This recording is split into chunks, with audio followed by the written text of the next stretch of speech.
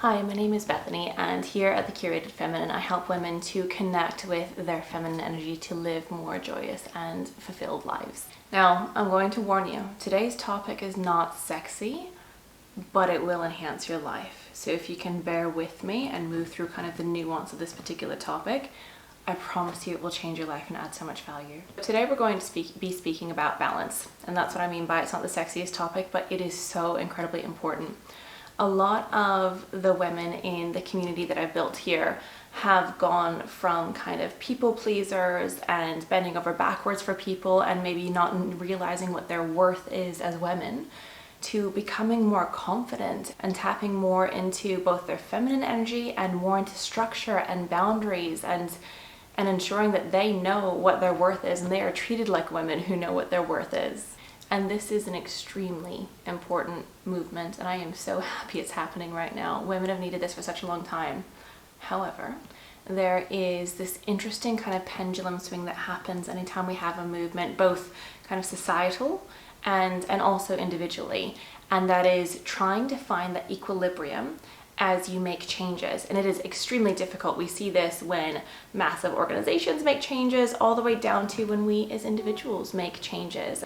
So here's the trend that I see often happening with women once they've gotten to a place where they feel truly confident, where they know what their worth is, they know where they're going, they've discovered their purpose, and they have really leveled up. They feel like they are of high value and they're communicating that to the world. What often happens when we go through this is we've had to shed a lot of friends that weren't treating us very well. Sometimes relationships may have had to have been let go. Sometimes we've had to really put in massive boundaries with family members that weren't treating us right. So there's a lot of cutting away, and it's a really difficult, often painful process.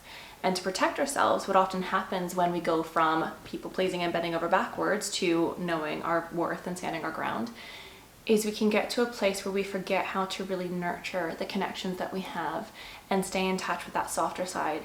It is such a balancing act. It is really difficult to do, and that's why I'm making this video today. So the first point is reciprocating with family and friends and loved ones. So one of the things that I teach women how to do when they haven't valued themselves for a very long time, if not for their entire lives, is how to receive compliments without feeling like they have to instantly give back. Like if somebody comes up to you and says, "I love your outfit, you're beautiful, you're really intelligent, I admire this," simply saying thank you instead of feeling like they have to say, "Oh, no," or instead of saying, "Oh, and I like this about you too, and I like that." There's this kind of funny energy that sometimes happens when women who haven't truly valued themselves receive a compliment, and it's like they feel like they need to bend over backwards for the person giving the compliment instead of simply receiving it.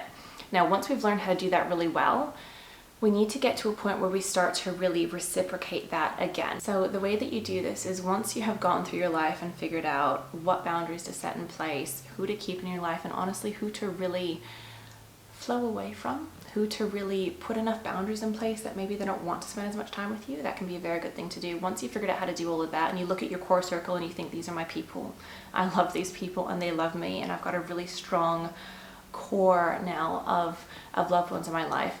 Now what you want to do is you want to look at, how do I really give back to them?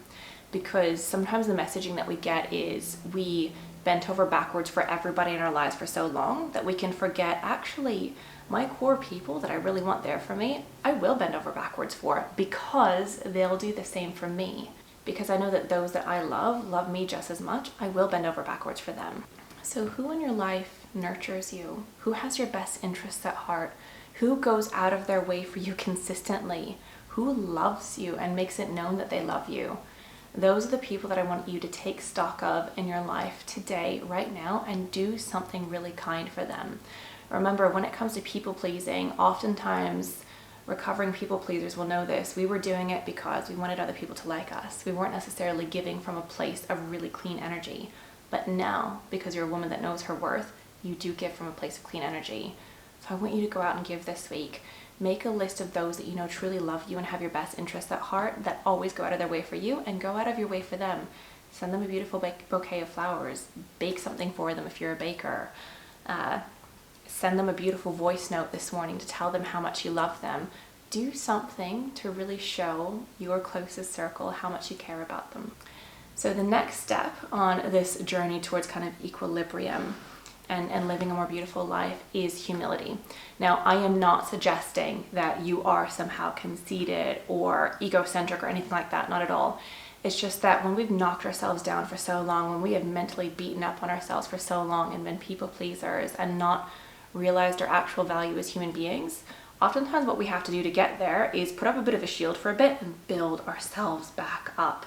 And it's a massive journey. And once you get, so it's like you start here, right? No confidence, people pleaser, bending over backwards, miserable.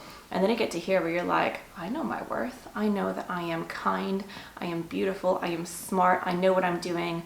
Now here's the next step, is getting to a place of really deep humility. Because remember, humility goes hand in hand with confidence. Those that are really truly confident, those that really truly know their worth, are very humble.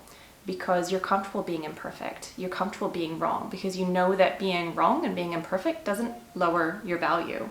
So being really humble is actually a sign of deep confidence. It's a sign of deep wisdom. So it's the next step on the ladder towards enlightenment, if you will. So that looks like when somebody brings up an issue, just sitting with it and thinking about whether they're right and being completely comfortable if they are, and being happy to work on yourself, raising your hand when you're wrong, being like, no, I messed up, because you're humble, because you know that it's okay if you make mistakes. That's the next step when it comes to reaching this place of equilibrium. Step number 3, now this might trigger some ladies, I don't know, and that is manners. Manners are beautiful. And I feel like sometimes with some of the social media content that I see coming up about helping women to really find themselves and to be more confident, it's kind of like we throw manners out the door. So there is a saying going around, which I love, by the way, and it's, don't dim your light to make other people more comfortable. 100% true. You should not be lowering yourself or trying to hide that which you're good at just to make people comfortable because they've got issues, right? We're not about that here. Here we're a confident community of women that are comfortable with what they're good at, that are confident and humble at the same time, and willing to lift each other up. But sometimes what I see some of these social media pages and even some coaches really perpetuating is almost like a lack of manners. So it's things like when you're sitting in a restaurant, if you are naturally really loud and boisterous and you've got so much energy, that's a really beautiful thing, right? But there's a time and a place for it. If your voice is so loud, other people can't hear themselves think over you and the jokes that you're making in your group and how loud you're being, then that's actually an issue of manners rather than not dimming your light, right? Because manners are about making other people comfortable. You can make other people comfortable without forgetting who you are. So manners is knowing there is a time and a place for everything. Manners is thinking of other people and how you make them feel. Because at the end of the day, the more a woman feels confident, the more a woman taps into her wisdom, the better she's able to build community. And if we are so focused on being 100% ourselves all the time and never changing a little bit according to the situation, we'll have a lot of trouble building community, because we'll start pushing people away. So manners are still an incredibly important part of this journey towards becoming a confident woman. Another point with manners, and again, this one might be a little bit controversial, but one movement that I've seen over the last few years is teaching women not to apologize. Now, again, this can be a very good thing, but there is nuance with everything. And I think as a society, we often forget the nuance of things. We don't really know how to thrive in the gray. We just go boom, all the way in the other direction. So when there is an issue, women should apologize. And actually, there is an author named Chris Voss who wrote this brilliant book on negotiation called Never Split the Difference. He's a former FBI negotiator, hostage negotiator. And one thing he talks about is if you are in a negotiation with somebody, a lot of people think that if you apologize, you instantly lose the upper hand. And actually, you don't. Because apologizing is an empathetic approach, it actually creates more of a sense of closeness and can often give you the upper hand, because then the other person is more receptive to what you have to say. And that's where I think this advice to not apologize can get dangerous, because women kind of go from don't apologize for silly things that you shouldn't be apologizing for to I am woman, I shan't apologize for anything. And that's definitely not the vibe that we're going for either. So times that you shouldn't apologize is, say you're in a shopping center and you and somebody else nearly run into each other, or let's say somebody else bumps into you. You don't need to apologize. You haven't done anything wrong. You can say excuse me, but you don't need to say sorry. Same thing with if you're speaking and the other person doesn't hear you, you don't need to say sorry, you just say, oh, thanks, I'll speak louder, right? So just acknowledging and moving on. When you should apologize is when you actually genuinely do something wrong, or if it's a situation where an apology would actually help things just move along a lot more smoothly. And again, this comes from that place of deeper confidence, right? So there's no confidence, and then there is gathering confidence, and then the place that we're trying to get to is that deep, wise confidence where you truly know your worth. And women that really truly know their worth happily apologize if it's going to make a situation better, if they feel like it will help to foster a positive relationship, they'll apologize if there's an issue. So those are my top 3 ways to really nurture your next step in your confidence journey as a woman who is both tapping into her feminine energy, but is also really learning how to set boundaries and really learning what her worth is. I think something to remember with a movement towards confidence is confidence doesn't equal not soft, right? Confidence doesn't equal hard. Confidence doesn't equal shield. Sometimes it does initially because that's a really necessary step towards building yourself back up.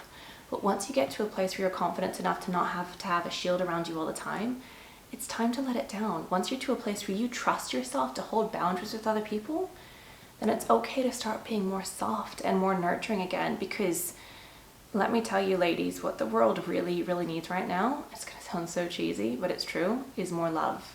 We need more love. We need more nurturing. We need more empathy. These are traits that we really desperately need. And a woman who is really deeply confident and comfortable with herself will be able to naturally bring these traits out and build these beautiful communities and really tap into her deep innate wisdom without feeling like she's letting go of herself, without feeling like her boundaries are going to be crossed or she's going to be walked all over. I hope you enjoyed today's video. Like I said, it is not necessarily the most popular topic, but it is so worth doing. Once you learn how to hold your boundaries and be confident and also be soft and nurturing, it's like the most unstoppable combination you can think of. It is so incredibly disarming and delicious. These are traits that people don't necessarily think of as being all together, and a woman that learns how to balance all of these things is a force to be reckoned with. Trust me.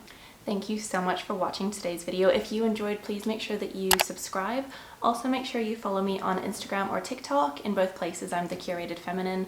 I have a beautiful community of women on Instagram especially, where we connect over feminine energy, we connect over relationships, we connect over polarity, and things like style. Love a bit of style. So if that's you, if that's something you're interested in, then make sure you follow me on Instagram and reach out and say hello. Until next time, thank you, ladies.